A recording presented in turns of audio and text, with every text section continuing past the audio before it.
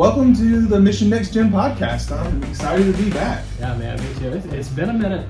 Yeah, it's been a minute. It's we're here at episode 4. Yeah. I feel like we haven't done 4 episodes, but yeah, we're here at episode 4. Episode 4. We had a great summer. Yeah. And I think I look back on it because a lot of people are like, when is the next podcast coming out? What's happening? What's going on? And I'm just like, be patient because there's a lot going on right this second. Yes. You know? So yeah. I like the fact people are asking about it though. Yeah, a lot of you have been asking about it, and we really appreciate that. But what's been going on with you? And I feel like I'm going at every different direction. Summer, like you said, summer's been crazy. A lot going on ministry-wise, a lot going on along the line of personal stuff, family stuff, and I mean, all good. It just feels like I'm just kind of juggling a little bit. You know? Yeah, juggling a lot. Me too. Same thing. Yeah. You know, we had a lot going on with the family. First vacation with just me, wife, and daughter. Yes. In like 3 or 4 years. Yes. So that was awesome. That was really, really fun. First time, and I know this is crazy. It's going to sound crazy to you. First time at a Florida beach for me. Yeah. Florida beach? Never been to a Florida beach. Did you go Gulf side or Atlantic side? Atlantic side. Atlantic side's great. Yeah. My parents, in fact, we just moved them up from Florida. That was one of the things we were doing this summer. But they were down in Daytona for the last 23 years. And I love Atlantic side, but some say that once you've gone to the Gulf Coast, you don't realize what you're missing on the Atlantic side. Well, one of the great things about this year is that there hasn't been a lot of storms, and so the water was super clear. That's good. So it was really fun. I have been to the Gulf Coast. Yeah, say that. Yeah, and it's but I was in Mississippi. Somehow I made it to that one little spot in Mississippi that's actually on the Gulf Coast. Yeah, that's cool. So what part of Florida? Amelia Island. Amelia Island, near Jacksonville. Near Jacksonville. Yeah. It's just beautiful. barely into Florida, but we made it. You made it. We did make it. That's cool. No, that's good. So you enjoyed that time with your family. I enjoyed a lot of time with family, and like I said, we've moved my parents up, which is really a good thing. You know, I was born and raised in Augusta, Georgia. And love the place now more than ever. But growing up, I was like, when I go off to school, I'm never coming back. Right. I came back, my parents left. Oh man. So, it's like took a little personal, but no, I do think the summer, although juggling everything, it was a very profitable summer on a number of things. Yeah. So what are some of the things you're doing to get back into kind of a balance of life? Balance. So that's the biggest thing. You know, I keep using the word juggling, but I think I go to that because there's so many things sometimes you feel like you've got to do and have to do, and the truth of the matter is sometimes you are juggling multiple things at one time, and you have to have balance. And I remember the first time, juggling always like inspires me. Like I always like, hey, dude, I wish I could do that. Until you start seeing guys juggle like fire torches and bowling balls all at the same time. And chainsaws. Yeah, chainsaws. Oh, dude, there's no way. Yeah. Sorry. I mean, I say I could do it, but there's not a way I can do it. But I can juggle. I can juggle 3 balls. Like my baseball coach taught me. Nice. Coach Billy Duggan. He was a pastor, but he was a baseball coach, and he actually just recently passed away. But one of the things he did was he taught us at one point how to juggle, brought somebody in to juggle. I can't remember if it was him or somebody else, but it was like the need for that because of the hand-eye coordination. Yeah. And one of the things I talked about is balance when you're juggling. You want to always make sure that you keep your balance. And I think about life in general when you have a lot of things going at once, and it's so easy to get off balance and keep the main thing, or the priorities in order and intact. And there is no way I could have gotten through the summer without having that balance in place, because when you do multiple things at once, it's really easy for them to fall and hit the ground, or if you're juggling chainsaws, cut your arm off or whatever. But if you don't have that balance and focus. Yeah.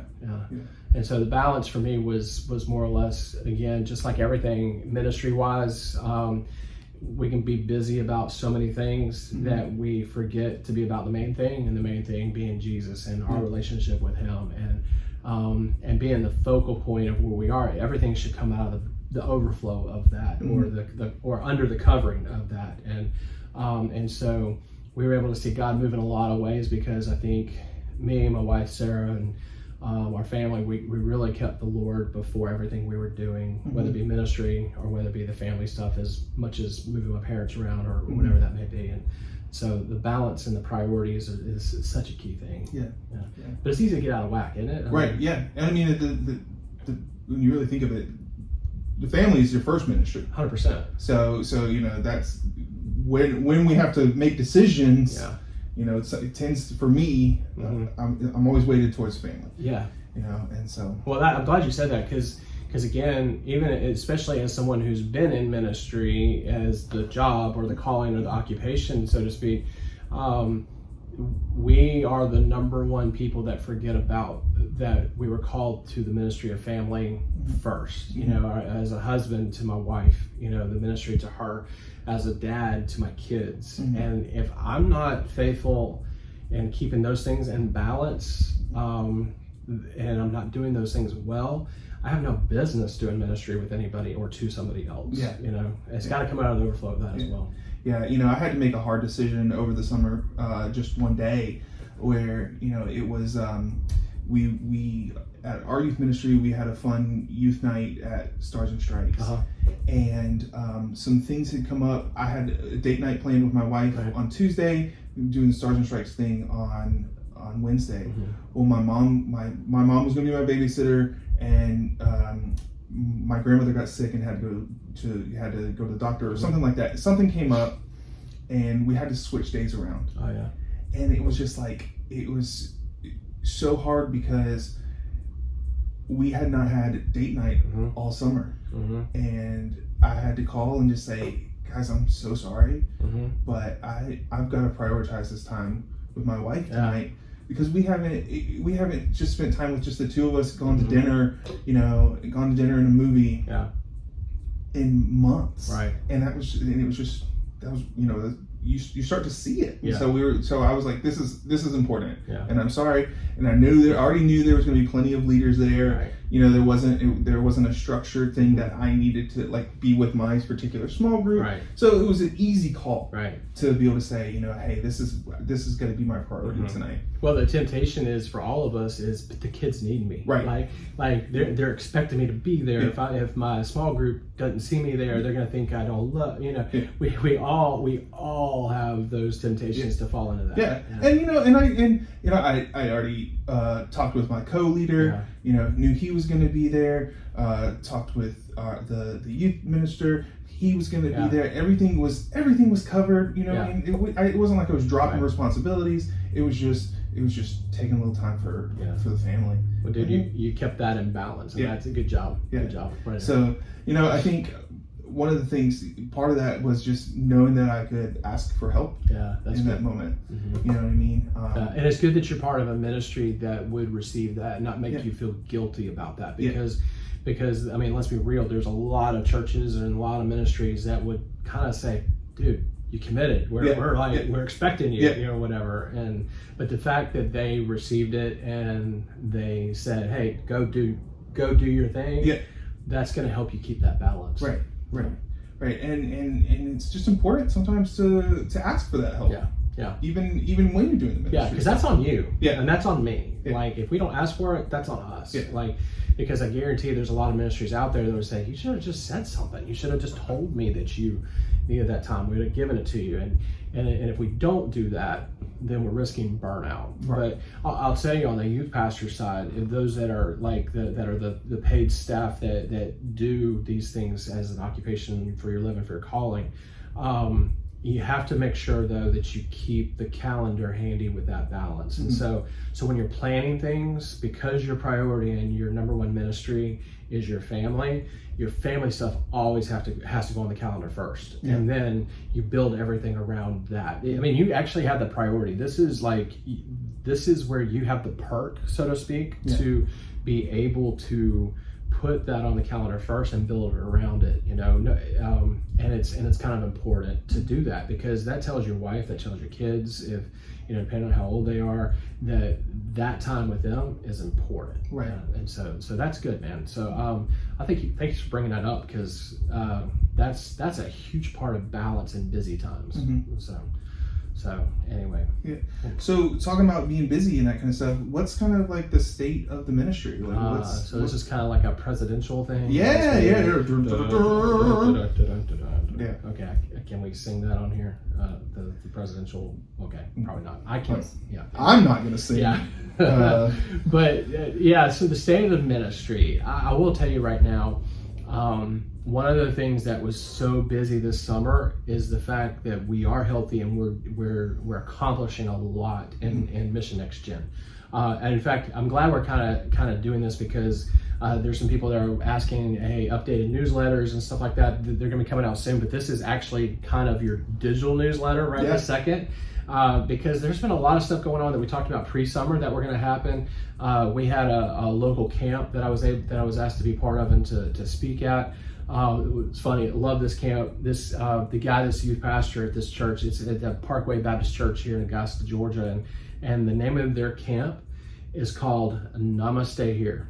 Okay, that's awesome. Yeah. So like 4 years ago. They would always go to another camp and go to like a prefab camp. And about 4 years ago, he got tired of hearing kids say when he was like, "Hey, are you going to camp?" And the kid's like, "Nah, I'm gonna stay here." And he was like, "Oh, dude, that's my camp." That's my camp. Yeah, and they do like a stay camp, like where it's here. That's awesome. And it's like VBS for teenagers, but not called VBS for teenagers. Sure. Namaste. Because nobody would show up. Hello. Yes, my watch is going off, but no, it was cool, and they asked me to come and speak, and this is one of the youth guys that I do life with, and I got an opportunity to really pour into his youth ministry, and it was really cool because we had 2 students who identified to have a call on their life for ministry. That's awesome. And if you know my heart, and you know the passion of Mission NextGen is we're wanting to equip students. And equip the ones who are equipping students for the work of the ministry. And we are desiring more now than ever to see students accept the call to full-time ministry, whether it be as a missionary or as a pastor or whatever that may be. And we had 2 students during that time just accept that call. That's awesome. Along the lines of the camp stuff, there are some things that I do on a regular basis with Mission NextGen is pouring into youth guys, young youth pastors, guys that are seasoned that have been doing it for a while, and really have had the opportunity to continue those relationships. I have about 8 or 9 guys that I'm pouring into on a regular basis, whether it be individually one-on-one, through lunches, coffee, whatever, or through group times, to where we kind of connect the youth pastors to each other. That's awesome. Yeah. And so it's been good to spend a lot of time this summer, especially because it's such a busy time for youth pastors. For some of them just to go and grab something to eat or drink some coffee and just kind of just veg for a few minutes, talk stupid stuff, talk about what we've watched on TV or sports or something crazy a kid did at youth ministry on that Wednesday night or something. And so really been working on that and pouring into some guys in that way, and I'm finding out that youth ministry is in a place right now that's a solid place, a good place, but there's a lot of youth pastors out there that are discouraged, and so I'm trying to do my best to kind of walk with them and encourage them in times like this. Yeah. I mean, it's got to be hard, and talking about summer being hard. I mean, it's obviously it's not easy. Yeah. It was. People be lining up at the door to do it. You know what I mean? Yeah, but facts. there's going back into school. It's getting kids starting to come back. Getting back on a regular schedule. But then the other thing, maybe feels like it's easier because you're back into the flow of things. But now you really get into the hard stuff with pouring into kids and being there for them when they're connecting with other students. And just the drama and the life that comes from being a kid, because it's hard, man. It's being a student is rough stuff. It is, and it overflows onto youth pastors. And it doesn't matter if you're a youth pastor of 4 or 5 kids or 125 kids. You tend to wear the burdens of of your kids Mm-hmm. that you're walking with. And if you have a student that's struggling, you have a student that is really having a tough time at home, or they're lonely, they're depressed, whatever it may be, you wear that as a youth guy, mm-hmm. and or girl, that they're all in the middle of that. And so that's one of the things that I try to come around and hang out with these youth leaders and youth pastors to say, hey, you know what, I can help carry that burden with you. How can I pray with you? Mm-hmm. Like what's going on? What can I help walk with you on? And I'm finding that there's a lot of them that are struggling with carrying those burdens, or struggling with their own burdens as well. I'll tell you, one of the areas that's kind of sprouted up recently, that I've got about 2 or 3 pastors that I'm walking with, like lead pastors mm-hmm. of churches, because they don't have youth pastors or youth leaders in place to watch or to help with the students that they have at their church. Yeah. And they're like, what do I do? Yeah. And they're kind of reaching out to me and saying, hey, what do we need to do? Mm-hmm. This pastor may not have ever had youth ministry mm-hmm. As a ministry that they've done before, and they're like I'm head over skis, man. I don't know what to do. What can you help me? Yeah, and I saw something you shared on, I don't know if it was you personally, right, or if it was if Mission NextGen shared it. I think it was probably both. Right. Something about a lot of youth pastors looking for like 6 year. They're looking pastors that I need an experience. I don't have experience with youth ministry, so I need an experienced youth pastor. Yeah. You know what I mean? And it's just like, well, you just. The experienced ones are at their job. Yeah, that's right. Where you can find them at their church. That's where they are. Yeah, and it's really hard, because there's a lot of guys they're wanting, a lot of churches that are wanting a youth leader or a youth pastor that has had experience, or that are just looking for a job, and then they're like, we'll pay you a couple $100 a week or something, just to, and the world we're living in, that's barely gas money, right? And so I say, pray about what your church really needs, because if you do need something and that's all you can afford, that's fine. Let's pray that way. Let's make the quote job description accordingly, because there's a lot of young guys or girls that I know that have been called into ministry that they don't come with experience. Just because you have a call on your life and you're accepting that call doesn't mean you all of a sudden have years of experience. And so some of these churches need to potentially just take a shot at some of these ones and walk with them, or allow Mission NextGen to walk with them and kind of help prepare the way. And I think in a few minutes I want to talk a little bit more about that. But I think really and truly, I've really been blessed and honored to walk alongside some of these lead pastors that are needing help, because it's exciting to see some of these guys, humble themselves enough to say, I need help, and so it's been great. The state of Mission NextGen is strong. It's working. When I felt like the Lord gave me this vision a while back, I thought it was going to take a little time to get off the ground, and I was going to have to find stuff to do. I'm trying to find a break. But I love it. That's awesome. I love it. Yeah, I'm passionate about it, man. Let's keep it coming. Yeah, that's what my full-time gig is in the real estate world, and realtors are all self-employed. And one of the things that they joke about is I quit my 40-hour-a-week job so that I could work for myself and have a 400-hour-a-week job. It's like they say it better than me, but whatever. No, I hear you though. I can imagine. So what's up next? All right, so man, I'm a dreamer. Yeah. Okay, I've always been a visionary dreamer. That's how Mission NextGen came about. The Lord put it on my heart. I just love sitting there and dreaming about things and seeing what we can do to make things happen. And I have a dream board in my office. It's actually right behind us. And anytime I feel like I have one of those things, I'm going to put it on my board. And I realize that these other things don't happen overnight. Well, let me just say before you get too far into it, one of the things about you being a dreamer is that you're not just a dreamer. You're an executor, and you can really see that here with Mission NextGen that you had this dream. The Lord put this on your heart, and you've gone out and executed that. So I just wanted to don't just label yourself a dreamer. You are an executor. Well, thank you, and I appreciate that, because that does mean a lot, and it does separate the dreamers from the executors. Because vision really has to have feet to it, otherwise it stays a dream. And so and that's why I always make my dreams available to people, because there's accountability with that. When you tell somebody what you're thinking about, dreaming about, and about, I guess it was back in May when we had our last board meeting. Was it May or or April or whenever it was? April or May, whenever it was. It's been a blur. I decided I wanted to share with our board members some dreams, that it's some thoughts that I had of things that I wanted to accomplish, and I felt like it was time to do it, and I was kind of hesitant at first, because I'm sitting here thinking, we just started this ministry and we're getting it off the ground.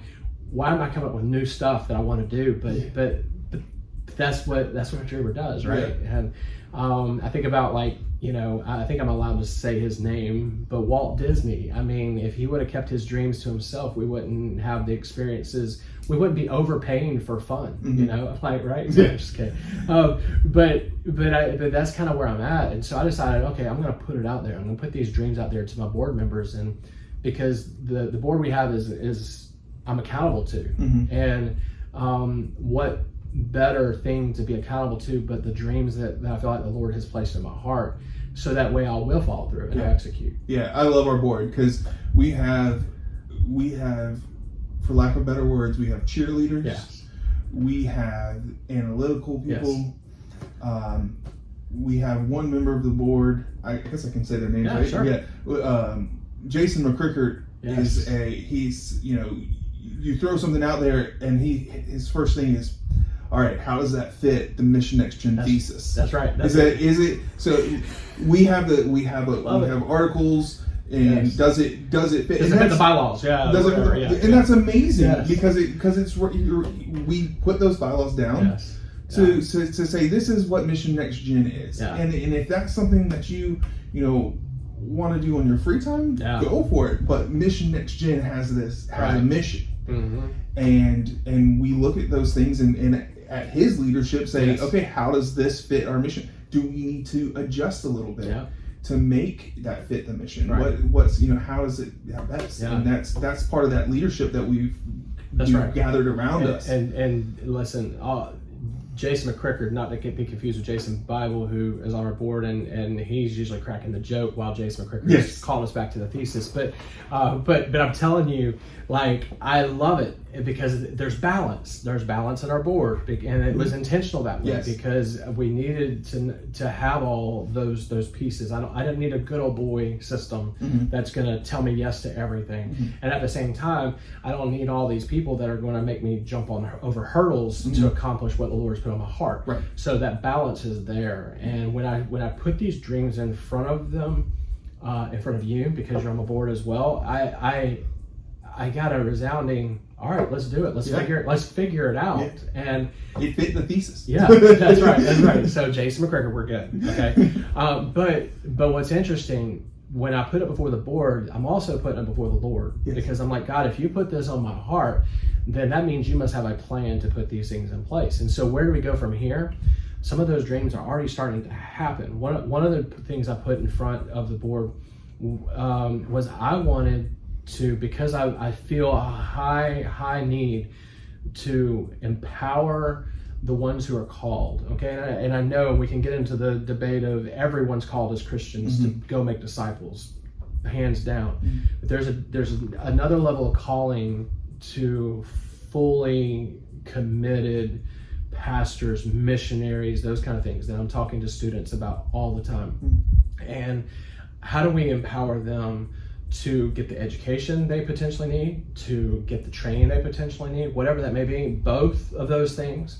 And I said, I really feel like one day Mission NextGen is going to scholarship students to get either the schooling or the training that they need. And it could be either or, you know. It could be somebody who's already been through some schooling or hasn't had schooling but can go to a training that Mission NextGen can pay their way or help them get what they need in their calling. It could be that they are graduating high school and they feel a call to ministry and they're going to go to a Christian school to start pursuing that ministry, or eventually maybe go to seminary or whatever that may be. How can Mission NextGen help fund that or scholarship that? Because it's expensive. Yes. And school in general is expensive, but if you've ever tried to look at a private school or a ministry, and then you look at what the pastor or the youth pastor makes when they get out, right? Like it's a lifetime before you pay off loans or whatever. And so, what could we do? Well, an opportunity came up in the midst of this. Someone brought to my attention through a really tough circumstance or a trial. There was a local student who passed away unexpectedly, a tragedy that ended up happening in one of our local churches. His youth pastor is on our board, Mark White, and I went to the funeral for support of Mark and the family of this young man, and I'll say his name. His name is Nathan, because I think it's to honor him, to say this is where it came out of. The Lord worked in the time of celebration of life in his funeral. That I just sat there and I heard people speak of his character, that he had the makings of a pastor. He had the makings of going into ministry, because when ministry was happening, he was right there. If someone needed their grass cut, he was going to be the one to go cut the grass. And he had a heart of a pastor. He had a heart of a missionary. He had a heart for ministry. And I sat there as I was listening to this. I was like, is this the scholarship? Is this, can we help what Nathan was going towards potentially in his life happen through somebody else? Yeah. You know? And so I went to Mark. I said, pray about it. Let's think it through. If you want to talk to his parents about it. I would love to honor Nathan and start some type of scholarship. Well, get feedback later. It looks like it's going to happen. It looks like it may happen, and it may happen through Mission NextGen. Again, it doesn't have to be through Mission NextGen, sure, but it's an avenue of ministry that God has opened up for us to be able to help identify future leaders, that we may be able to utilize the funds that have been already donated or raised, and future money that's raised, to be able to create a scholarship to honor Nathan, to honor his family, to honor the heart that he had for ministry, through empowering somebody to get either the education or the training that they need. Yeah. And, I love that. It's been a few months, and we're seeing that happen, and I'm so grateful for that. And I know there may be some people even listening to this now is like, hey, I want to plug into that. Let us know. Let us know, and we can help get you into that, because we're talking about none of the money that's raised in honor of Nathan will be used for Mission NextGen salaries or anything other than exactly what our vision is for. Yeah, and I mean, when we were starting this up, I do a lot of work on the website side, and when we were starting this up, we went through several different ways of how are we going to collect donations and get this kind of stuff started. And the one that we finally landed on is going to be already have us perfectly set up for us to be able to do this, to set up a separate fund to get donations for this. And so that's kind of steps have been orchestrated to be in the right place to be able to take this on and move on it quickly so that we can honor Nathan. Yeah, and it's exciting too, because our thoughts and our plans are that we would try to have a lot of this stuff in place. We'd have one of our board members have oversight, and maybe have a committee to help identify, and maybe when we create the scholarship applications or training applications, that they would approve or whatever. And we would begin that process hopefully by January of next year, and then begin the process of potentially handing out these scholarships or for whatever, maybe by the end of the school year, as kids are graduating or people are starting to identify their next steps. And so that's one thing. That's awesome. Yeah. And that's I had to start with that one. Yes. Okay. So I mean, if that's what you're starting with, we got it. Well, no, I'm telling you. I mentioned it earlier. There's something I may talk about a little bit later. But when we identify some of these young leaders, that don't have experience. We want to empower. Mission NextGen wants to empower these young leaders and create a program that we can do, that I can help facilitate along with the help of other experienced youth pastors. A form of a residency program. Okay. Now, when I say residency, a lot of times people like, okay, kind of like a residency at a hospital, those kind of things. You know, you finish school, you're going to go and look for a job, and sometimes you end up at a certain hospital and you do a residency there, and then they decide it's for them or not for them, or the hospital decides, hey, we like you or don't like you, right, whatever. It's kind of along those lines, but within the church world. And because I know there's so many churches that are in need of student leaders or pastors, or ones that are going to be growing into that are called, I feel like it could be a match made in heaven, that we can find these students that are receiving the call and accepting the call, help train them, walk with them, and then connect them to churches that are just looking for something maybe as a start out kind of thing that gives them these type of experiences. It's amazing. To quote, build a resume, to hopefully even not just leave that place, but grow at that place and see that ministry grow and even stay there, you know. But it's something that we're still working out some of the details of, that I'm going to be working with our board in the coming months, and hoping to potentially start this up soon. I've already got about 3 potential people that are interested in the idea of the residency. I have one church that's already said, I'm all in on that, let me know when it starts, because we need that. And I'm sure that there are other people that may be watching or listening that will also have that thought or idea as well. Yeah, that's amazing. You know, and one of the things you share with the board, you know, it's something that some larger churches kind of can do on their own, you know, with bigger staffs and that kind of thing. And they're raising those leaders up for their own church, which is super cool idea. Yeah. To help grow in the vision that they have, but to be able to support the smaller churches or bigger churches, whatever, you know, that may not have, you know, the capacity to really pour into these new leaders, this next generation of church leaders. Right. And I've always been of the mindset that just because you can doesn't mean you should.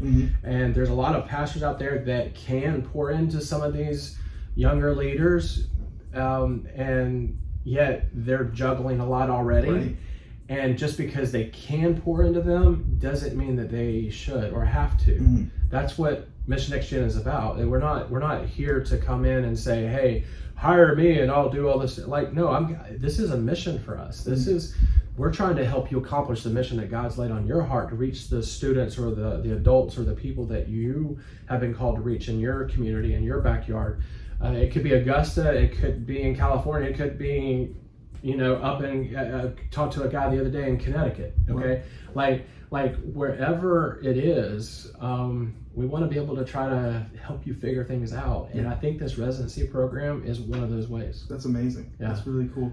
So that's how Mission NextGen is helping. Yes. How can we help Mission NextGen? Okay.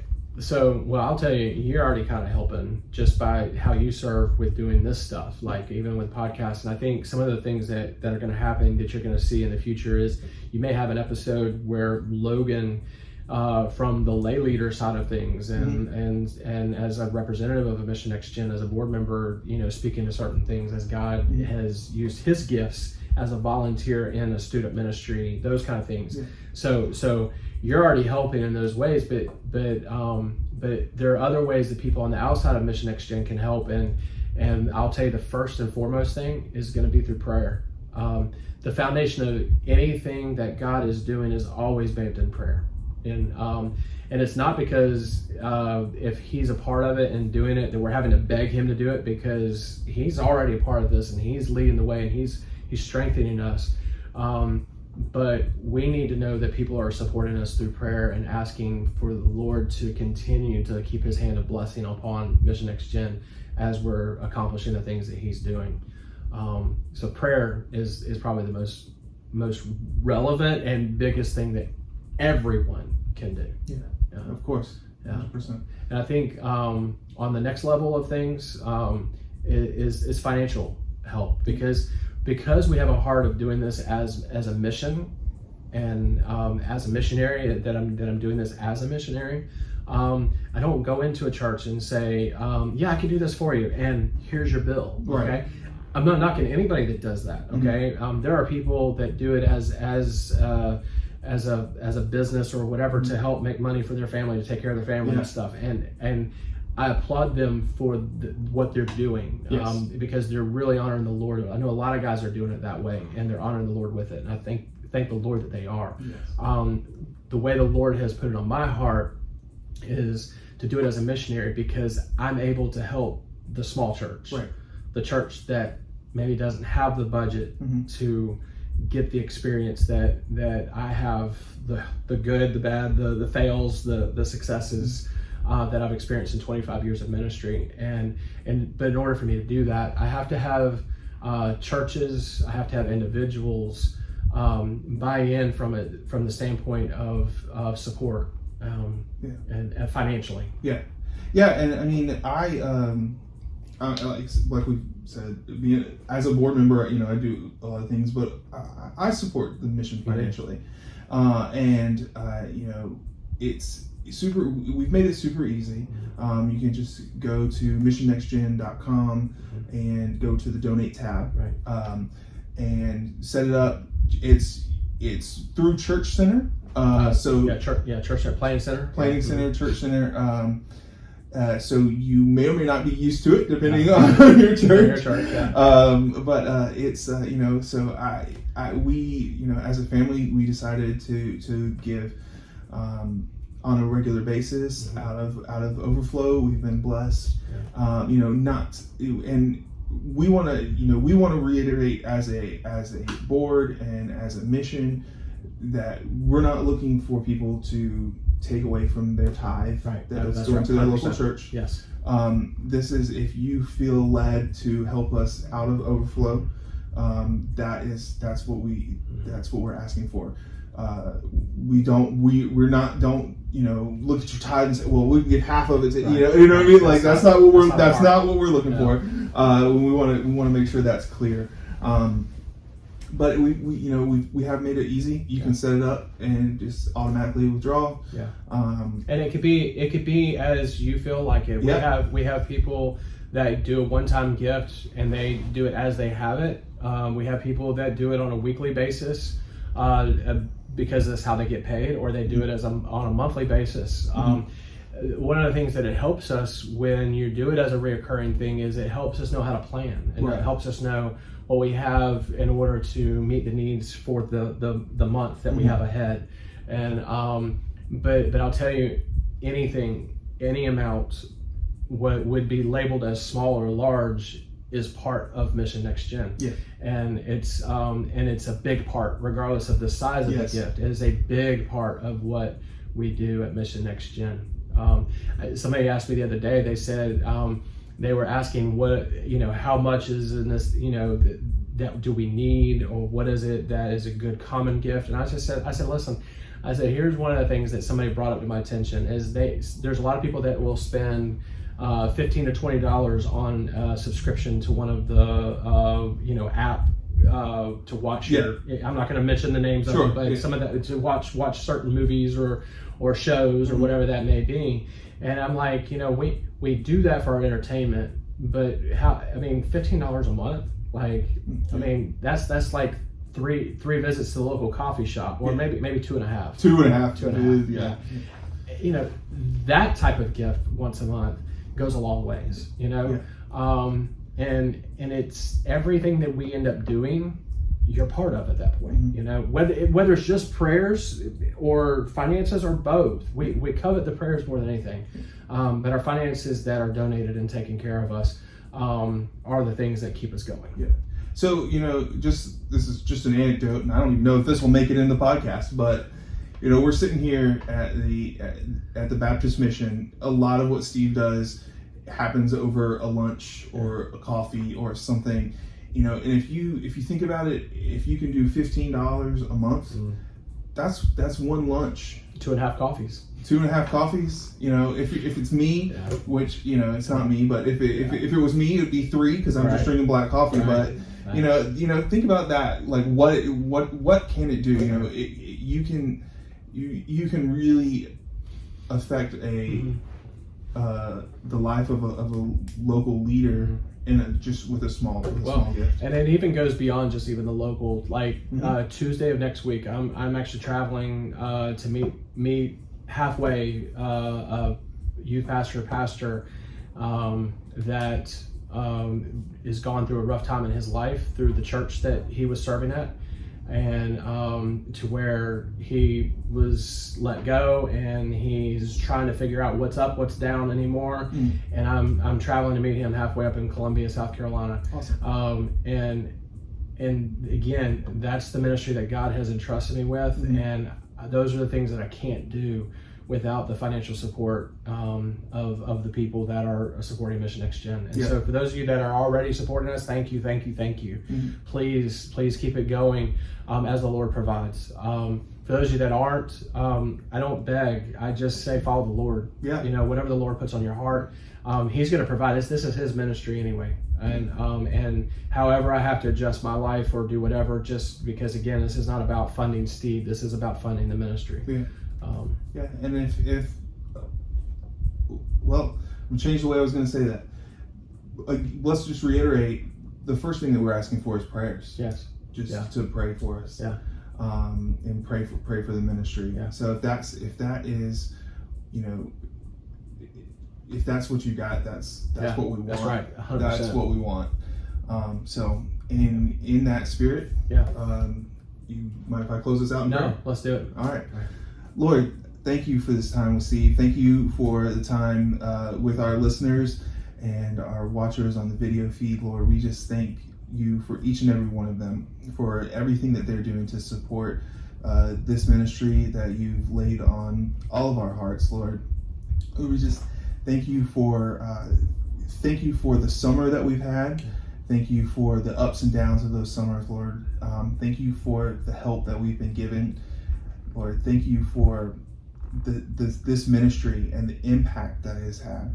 Lord, we just ask that you continue to move in this area and the lives of youth and youth ministers and youth volunteers, and continue to help them with your spirit to support the next generation of young leaders and of young followers of Christ, Lord. Lord, we just ask that you continue to be with us as we go about our weeks, and as our youth ministries start to pick back up with the school, and just be with all of those youth pastors that have been working all summer to just put on a show to show your love to those students, Lord. We thank you and we love you. In Jesus' name, amen. Hey, thanks, man. Hey, thank you. Another one in the boat. Another one in there. All right. See y'all. See ya.